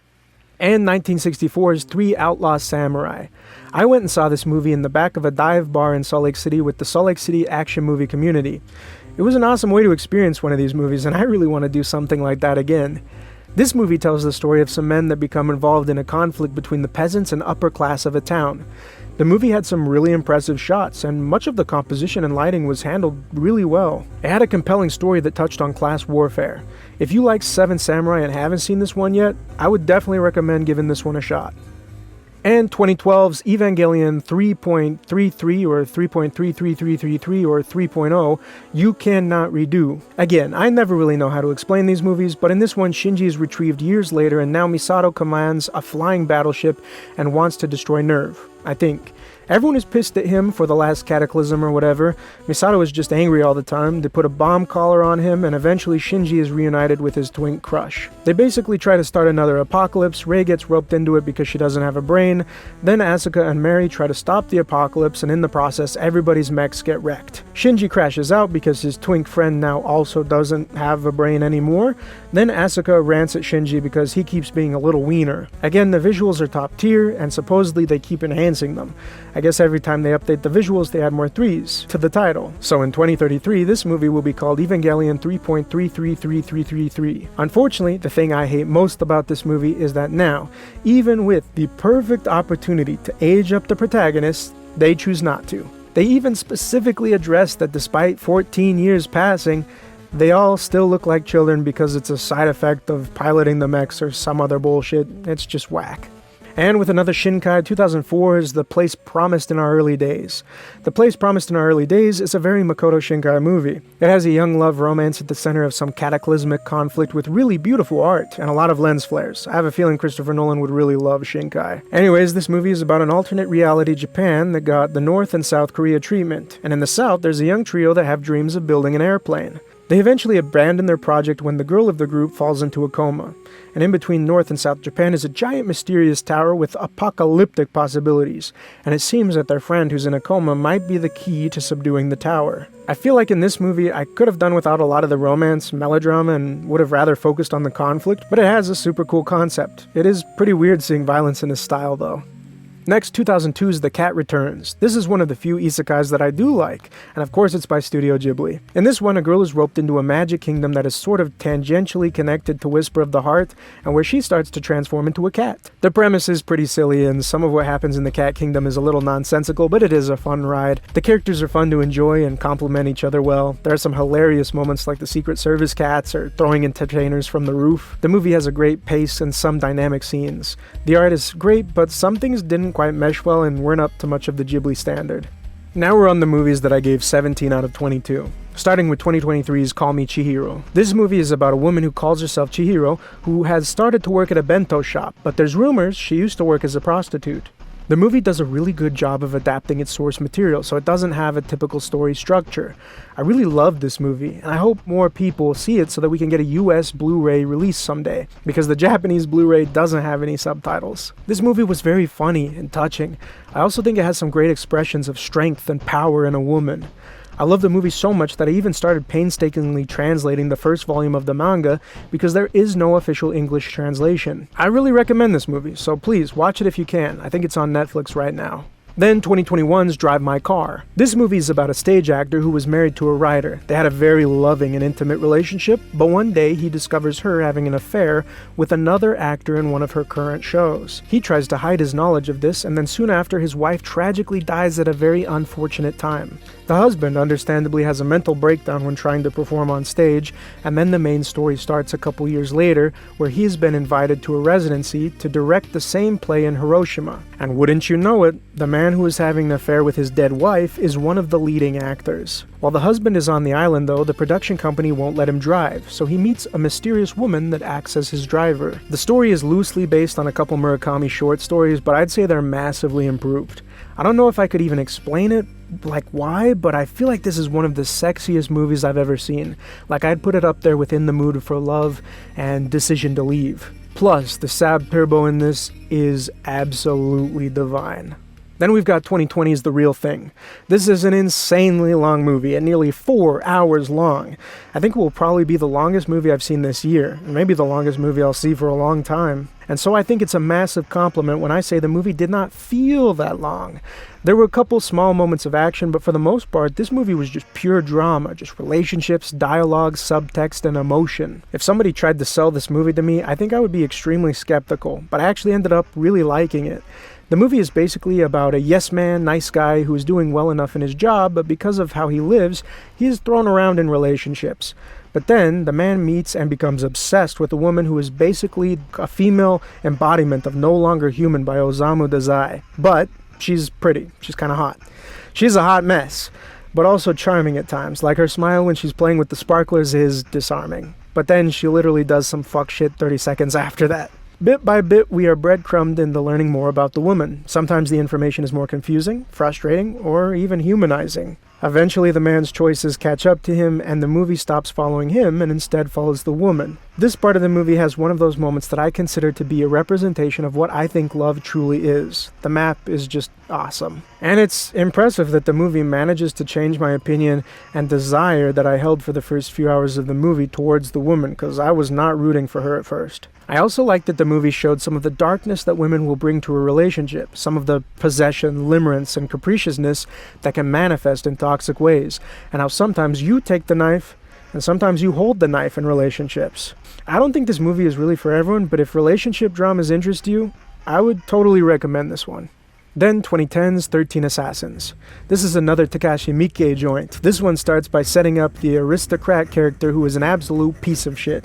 Then follows a small group of rebels who decide to trap and assassinate him. They fight overwhelming forces, and I think this movie has my favorite Miike action that I have ever seen. I was sick when I watched this one, and I was like laying on the couch folded up like a long chair, but when they get to the part with the Alley of Swords, I sat up, and then I was on the edge of my seat until the ending. The massive battle is so well choreographed and just hype, and the final confrontation is poetic. If you like samurai action and haven't seen this one, like, get to it. Then we've got 2005's Linda Linda Linda. This movie started and I was skeptical because I don't really usually like high school dramas, but there's an interesting twist with the vocalist of the band ending up being a Korean exchange student. Essentially, there's an upcoming talent show and a group of students want to play a couple of songs by the punk band The Blue Hearts. But their vocalist flakes, so they end up taking on the lonely exchange student who barely speaks any Japanese. It was awesome to see the depiction of an outsider beginning to be included and to foster intercultural relationships. I love the energy and comedy of the movie. I appreciated that it wasn't necessarily a polished view of high school, but also wasn't too preachy or edgy. The characters for the most part were distinct and had great development. Some were a little bit weaker than others, and I was a little unsettled by Kei's older boyfriend, but they do some fun things with like the dream sequence. The movie had some flat points, but mostly remained entertaining. There were some shots with great framing, but it wasn't too visually impressive. The music was perfect for what it was. It made me think of when I finally found friends in Korea, and when I joined the band in high school to perform at a talent show. I think my favorite scene is when the protagonist is trying to learn the song alone in a karaoke room, because I did the same thing with some Lee Moon-se songs when I was living in Korea, and so it made me nostalgic. And 2004's Kamikaze Girls. I'm so glad I went into this movie knowing nothing about it, so if you like being surprised by a movie, maybe just watch this one now. In this one, there's a girl who's obsessed with the Rococo era of all things, who has some hilarious childhood trauma. Seriously, I think the exposition in this movie might even be my favorite part of the movie, which almost never happens. The rapid fire insanity is a lot of fun, and there's just a bunch of good jokes back to back to back. The girl eventually meets a thuggish girl who is a member of an illiterate biker gang, and they become friends. A lot of the acting is pretty Disney Channel-esque, but it doesn't clash too hard with the stupid story. Despite it all being insanely dumb, I found myself getting hyped for the rescue mission at the end. I think I'd love a sequel where the protagonist goes to France and experiences Paris syndrome. I don't know, this one was just a fun one. Then we've got 1998's The Original Ringu. This is one of those movies that became deeply embedded in pop culture, and this became part of a phenomenon in my life that I really enjoy. My family was pretty religious, and part of that for them meant no rated R or horror movies. But when I was in school, I became aware of a bunch of references, and would even make some of the same jokes about things like Rambo, Scarface, The Terminator, without ever having seen these movies. The Ring was one of these movies that I was aware of long before watching. I watched the Western remake several years ago, but I've got to say I think I like this one a lot more. The aesthetic is great. Sometimes it might feel a bit slow, but overall it does a good job of building this horror and tension in a creeping fashion. The sound does a pretty decent job for the show, and they did a really great job of making the Sadako terrifying. Like the details with her fingernails, oof. The lighting is used well, like in the scene with the well. I do feel like the history of Sadako was a little undercooked and goofy in the flashbacks, but this is a great artifact of horror, especially because VHSs, honestly, were pretty scary. Then we've got 1964's Kwaidan. I guess this movie gets its name from an archaic way of saying ghost story, and sure enough, the movie covers 4 spooky ghost stories, one of which is one I have seen in many other forms, like in anime and comics, but the other 3 were new to me. I love this movie, and it's crazy to think about how old it is. The movie looks great and has a really rich style. The music? Absolutely goated. The stories feel unique and like true mythos, and the meta ending is pretty awesome. Next is 1995's Ghost in the Shell. This classic is about a cyborg police unit that executes clandestine operations in a cyberpunk future. The aesthetic of this movie is marvelous. The intro, hacker chase, and tank fight are iconic. I really wish there were more stories with this version of the Major, or maybe even different kinds of stories, but I have to admit, we are lucky considering the source material. A while back I read the original Ghost in the Shell mangas and was very disappointed. It was this bizarre gooner fest by an annoying philosophy bro. For real. There were pages and pages where the events basically came to a standstill and he was just rambling. I think this show does a semi-decent job of trying to balance some of his original themes about technology and life with an actual story and some action. I'm not the biggest fan of the ending, but I'd say this is a must-watch for the art alone.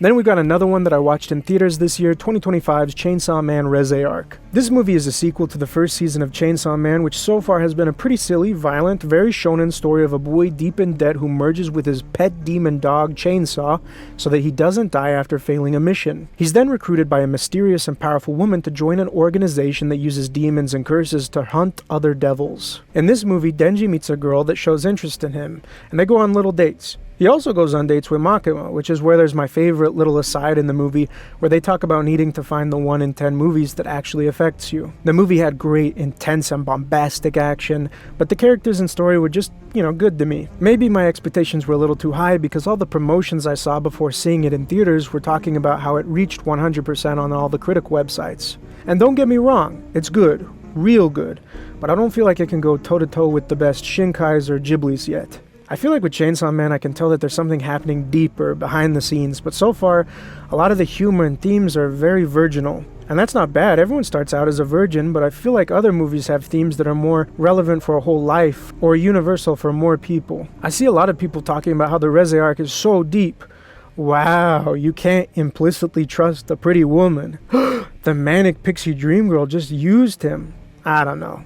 I will say though, I like the critique on Aesop's fable of City Mouse and Country Mouse. I don't know if it's the same in Japan, but a lot of the older Koreans I met in education seem to really love a lot of what I consider to be the worst fables, like this one, Stone Soup, or Donkey Ears. And 2023's Spy Family Code White. This movie is a side story in the Spy Family series, which I highly recommend. If you have a family member or you yourself are hesitant about anime, this is one of the best ones to start with, I think. I really recommend watching the series before the movie though, because understanding the family dynamic will really make a lot of the moments in the movie a lot better. In terms of the story, an adoptive family's daughter who can read minds discovers some secret chocolate on a train and accidentally acquires a microfilm critical to a Cold War through clandestine means. The bad guy's hunter and her parents, who have acquired a certain set of skills, do everything they can to rescue her and the film. There were so many good moments in this one. Like, we get to see the poop god. If I may be so bold, might I recommend pairing it with the piss Christ? And we get to see the T-1000 goddess Yor in absolute murder mode. Really, this is just a great watch. Not really plot critical, and the art isn't really painterly, but it is a damn good anime. And 2022's Suzume. This movie starts when a high school senior runs into a young man who chases and neutralizes natural disasters. The girl gets a little too curious and accidentally walks into another dimension and kicks off a wild adventure with the man who has been transformed into a busted chair. And there's a magical cat. I really enjoyed this movie. It's got some awesome set pieces and character moments. I did feel like the romance was a little forced at times, but at least the age gap wasn't as bad compared to other things. I also love that at one point they go on a road trip, and the friend mentions that city pop is like the best road trip music, which, very good take. But yeah, super cute one, definitely worth a watch, and it gets real mind-bending, emotionally high stakes at the end. Visually though, there are a couple moments that make me feel like it's not artistically Shinkai's best. And now for the final installment of the Evangelion Rebuild series, we've got Evangelion 3.0 plus 1.0 Thrice Upon a Time from 2021. So in this one, Shinji is stranded with his harem in the boonies and Mary Sue Honkers McGee saves Paris or something. Shinji and the gang find safety in a small town. It's actually pretty cool to see the rural futurism. While they're stranded, Asuka is again done dirty with some needless nudity bullshit, and we find out she's a clone for some stupid reason. I don't even think they really explain this. Shinji is still a little bitch and just goes and cries under some wreckage every day. Then we get what might be my favorite arc in all of Evangelion. Rei, the soulless husk, starts to engage with the villagers and find her own purpose and becomes a more and more complete human. It's really wholesome and fulfilling. But Hideaki Anno hates women, so immediately after this, Rei turns into Orange Fanta and dies. We really can't have anything. We get to see some of the other students grown up in the village, which is really cool. Then shit gets fucked, and we're back to insane surrealist warfare with combining mechs, the flying battleship, and eldritch horror. It's awesome, and I really can't stress how gorgeous looking this anime is. Anyways, a lot of confusing stuff happens. They remember the best character, Misato, exists and make her do another self-sacrifice thing to help Shinji get an upper hand in the final battle. Then we get some flashbacks and see a lot of the backstory for why things happened and find out that Shinji and everyone are trapped in this cycle of apocalypses and existences. Shinji decides to throw it all away so that they can have a normal world without flesh mechs, and in this world, Miss Mary Milk Tank likes him and he isn't so much of a pussy. Anyways, what is Evangelion at all? Next is 2019's Weathering With You. This movie starts with a boy that runs away from home and tries to make it on his own in Tokyo, which proves to be really tough. He falls head over heels for a girl that gives him some McDonald's. Totally valid. Then, through a contact he made on a ferry, he begins working for this pulpy conspiracy theory magazine. I thought this plot was super funny, and I love the characters he meets. The boy then finds the girl he met can control the weather, and she is struggling too, so they make a little weather-changing business together. The occult stuff they add for marketing and to add legitimacy was really funny to me. Honestly, there were a lot of humorous things in the story, but it takes a turn, and the stakes are raised, and in typical Shinkai fashion, there's a combination of saving the world and interpersonal conflict and romance.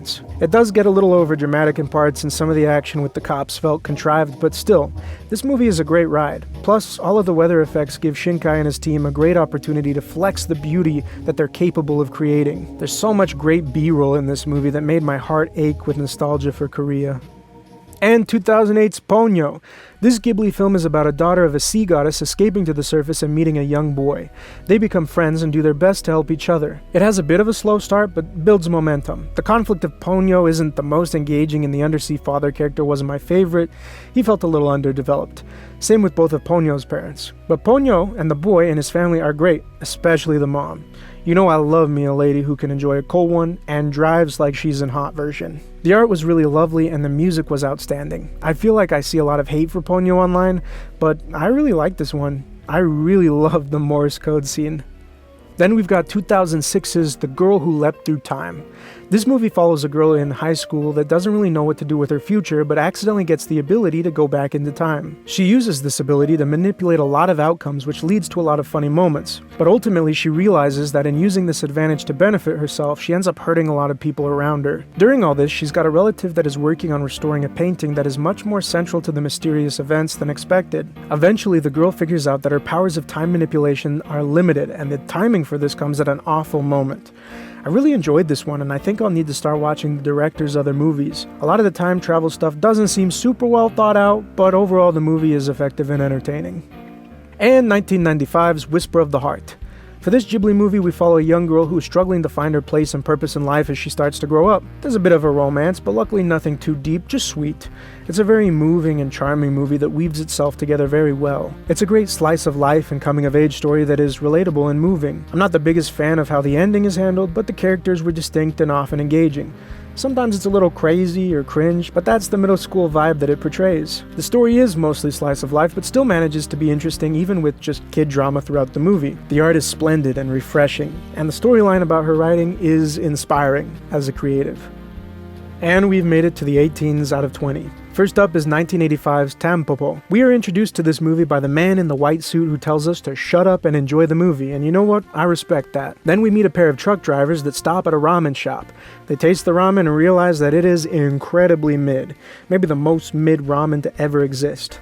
So the driver starts to feel sympathy and decides he's going to help that single mother turn the ramen shop into the best ramen shop ever. There's a lot of ramen-ya training moments, and I love the insane interruptions by the freaky man in the white suit that just randomly show up. It's a bizarre but very fun and wholesome movie. Well, wholesome besides the food play. Then we've got 2020's Demon Slayer and Mugen Train. This movie is a continuation of the Demon Slayer series, and if you've ever seen Demon Slayer, you know, it's just good. This one follows the main characters as they board a train with the Flame Hashira and try to hunt for a demon who's responsible for several disappearances. The movie maintains and even pushes the quality seen in the series. The art isn't my favorite style for anime, but it's still good and it just works. Same with the story of Demon Slayer. It is quality, and definitely one of the anime that you could use to introduce someone to the medium. And then 1988's Akira. Before I talk about this movie, I've got to mention that this is absolutely a classic. The visuals and the style of this movie are miraculous, especially for that time that they were created in. It is a technical marvel. The maximal, vibrant, grungy art maintains fidelity throughout the 2-hour runtime, and the art style brings life to the drawings of Katsuhiro Otomo. The story has a huge scope, but along with that, I feel like sometimes the philosophical and sci-fi implications take precedent ahead of actual character depth and interaction. But despite that, this is definitely one of the greatest anime of all time. And now we've made it to the movies I gave 19 out of 20. Starting with 2002's Dark Water. I loved Cure by Kiyoshi Kurosawa, and so I started looking for what people who liked it were talking about. A few people mentioned Dark Water, so I got a copy from Arrow Video, and I am so glad I did. This movie has got fantastic horror. The visuals are so good. I love how the mother's outfits start to match the apartment. I don't really want to spoil anything, but as someone who lived in a bit of a shit apartment in Korea, and have stayed in many a cursed hotel room, I love the concept here. The execution is great too. The way they did the dirty water pouring from the ceiling is so effective. The water-wrecked apartment, so many of these other practical effects are just amazing. Unfortunately, I'm not a fan of the ending though. I don't really feel like it made sense or was necessary, but it wasn't horrible. I really wasn't a fan of the last elevator scene because the film did such a good job building horror and dread, and then just stoops to some jump scares and shows the monster, which made it a lot less scary. But still, I really enjoyed this one, and it's definitely joining the ranks of my favorite horror movies. And we've got 2025's Demon Slayer Infinity Castle. I went and saw this one in theaters with my sister, and this is one of those movies where you feel like you got your money's worth. The movie explored some more depth through conflicts with a few of its characters. I think they killed off one of my favorite characters, which sucks, but then it had an epic battle with One Move Man, and then a great battle with Tanjiro and Giyu versus Akaza. The main story didn't progress much, but the advancement was made past the upper demons through these fights of attrition. And we got a lot of important backstory through flashbacks that weren't actually boring. Again, Demon Slayer is just good, and the demon backstories always pull on the heartstrings, and especially Akaza's caught me by surprise and was even more heartbreaking than I expected it to be. I will say there's a lot of very digital looking assets in the Infinity Castle that sometimes awkwardly clash with the nicely cel-shaded characters. And 2024's Look Back. This is a devastating and inspiring movie that shows a young woman's growth into becoming a successful mangaka. In this process, she collaborates and finds friendship with another girl. Distance comes between them, and while the protagonist is busy working, tragedy strikes.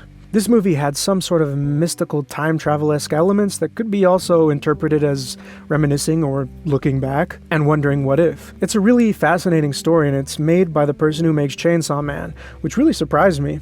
The movie is what actually gave me more hope for the Chainsaw Man series because it was very impactful and had a good story with good visuals. And we've got 2016's Your Name. I think this movie is mine and many other people's favorite Shinkai. If you're an anime fan, I'm sure you're at least somewhat familiar with this one. A city boy and rural girl are inexplicably connected by a falling comet and begin to body swap. It leads to some funny, awkward, and strange moments, and in some ways, they even begin to enhance each other's lives.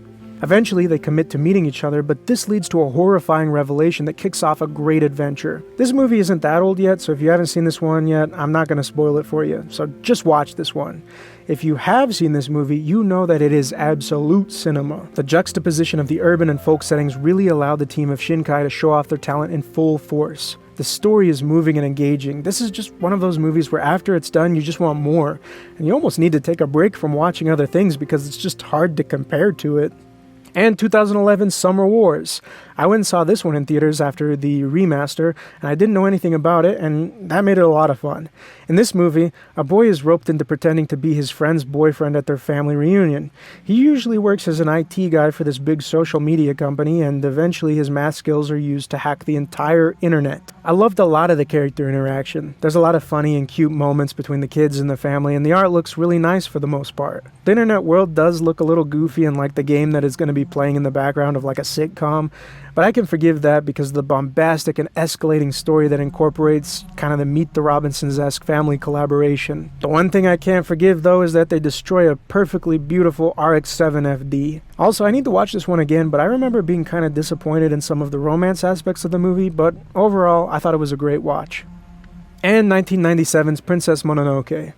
Another one of my favorite Ghiblis. In this one, a young man gets a cursed injury while defending his village and is sent into the magical wilderness to find a cure. He ends up discovering a boiling tension between the gods of nature and humans.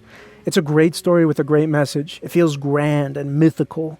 The main thing I wasn't a fan of was the bird feeding scene, which kind of felt unnecessary and weird. The characters are amazing with their motivations and distinct development, and there's some awesome action scenes and great pacing for the most part. Character art and art design might be some of my favorite out of any Ghibli movie. As always, great soundtrack from him. I love this movie. And now finally we're on the movies that I gave a perfect 20 out of 20 score to. First up, let's talk about Millennium Actress, 2001. I saw this movie and a couple other Satoshi Kons before I started studying Japanese, and I'm pretty sure this one is still my favorite of his. The movie is told through a man who is interviewing an old actress. They have a mysterious connection, and they go over her life story. Sounds kind of boring, but I promise this movie is amazing. It's got some surreal jumps, great action, some good chemistry between characters, potent drama. I don't want to give too much away about the movie, but someday I'll need to do like an individual video on the movies that I give perfect scores to, because seriously, if you haven't seen this one, just go watch it. It's very moving. It's nice to look at. There are a couple moments of lower frames, but maybe it's just because I have a standard Blu-ray and not any like 4K remaster. And we've got 1989's Kiki's Delivery Service. This movie is one of, if not my favorite Ghibli movie.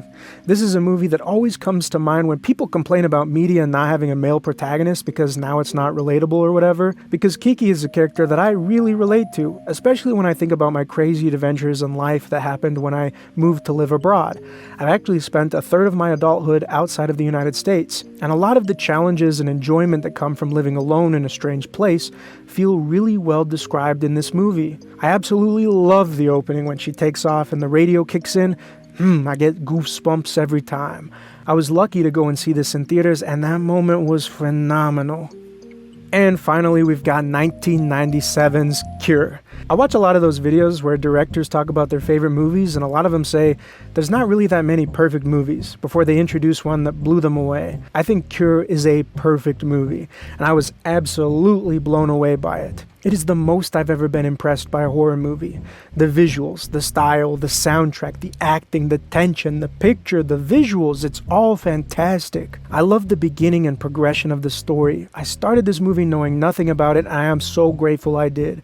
I strongly recommend you do the same. Don't look up anything about this movie. If you can, just buy the Blu-ray and watch it. It is worth it. And that's all of them. If you made it to the end of the video, wow. Thank you so much for watching, and I hope you found some recommendations or enjoyed some of the reviews. If I missed one of your favorites or you have any recommendations for me, put it in the comments. Or if you disagree with any of what I had to say, also let me hear it in the comments. I definitely plan on doing this again next year, as I'm still leagues away from being fluent in Japanese, so wish me luck, and I hope to see you on the next one.